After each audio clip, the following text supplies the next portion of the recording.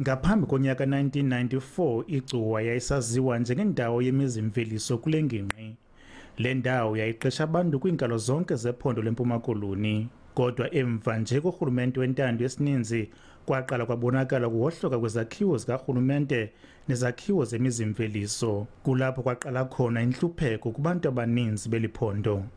Ndikhumbula kudala ingakumbi eMthatha naseGcuwa ii-factories zazisebenza around the clock okokoko, kusenza shifts, kusebenza abantwana abatsha besenza yonke into.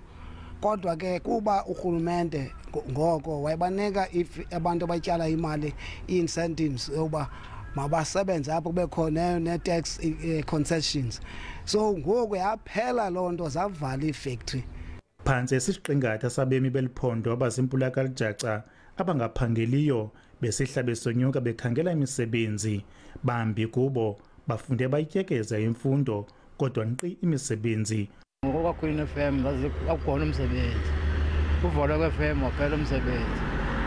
Kuhlala ngolu hlobo sigacela abelungu abafikileyo senze loo nto ngokwabo. Sithole imisebenzi, sihlala apha silinde sibafika abelungu singaqashwa ngaloo mini kuphela inyanga. Umasipala waseMnquma uthi umaxhaphethu uzama ukuza nabatyali zimali ukuvuselela le mizi-mveliso iwohlukayo.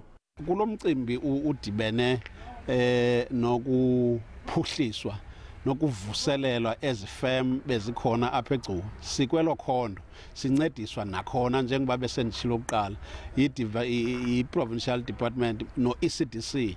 Ukwanda kwemizi-mveliso izokwazi ukuba yenze urhwebelwano olumbaxa namanye amazwe, kudaleka amathuba emisebenzi kwabakhangela ingqesho. Bambi osoqoqosho bakholwa ekubeni inkqubo yokuphuhlisa uqoqosho lephondo ixhomekeke kumgaqo-nkqubo obandakanya imizi-mveliso, ezokhenketho kunye nezolimo njengondoqo kudala amathuba emisebenzi kweli phondo. Ndingunkululeko Nyembizi weendaba ze-SABC eGcuwa.